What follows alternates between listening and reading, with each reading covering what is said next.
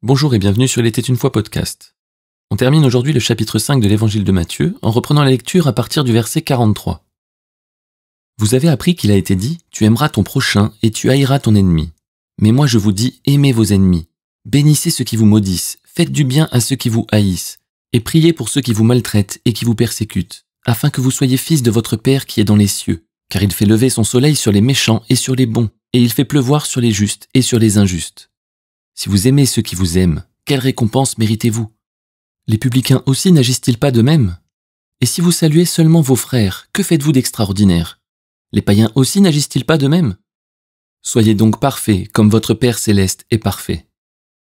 On arrive ici au point culminant du chapitre, qui correspond au point culminant de la vie chrétienne. Être parfait comme Dieu est parfait. Comment? En aimant ses ennemis. Et Jésus ne reste pas général. Il dit de les bénir, il dit de prier pour eux, même s'ils vous persécutent. Donc là encore, Jésus va plus loin que la loi, puisqu'apparemment avant ils pouvaient haïr leurs ennemis. Mais pour ce dernier exemple, Jésus est plus explicite. Il dit pourquoi. Afin que vous soyez fils de votre Père. On arrive donc à la même conclusion que les épisodes précédents.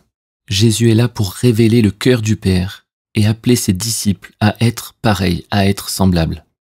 Si Dieu est bon avec tout le monde, les justes et les injustes, on doit être aussi bon avec tout le monde. Sinon on n'est pas meilleur que ceux qui ne croient pas en Dieu.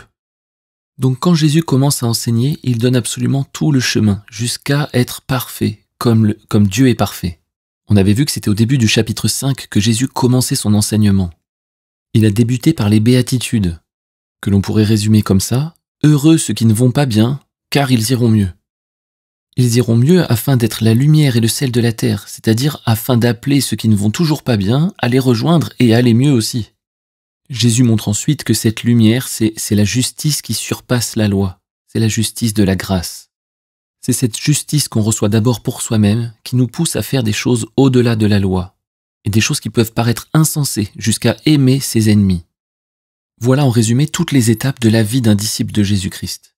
Sachons donc dès le début que suivre Jésus, c'est accepter d'aimer nos ennemis.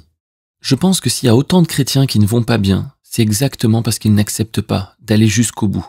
Ils ont déjà du mal probablement à aimer leurs proches.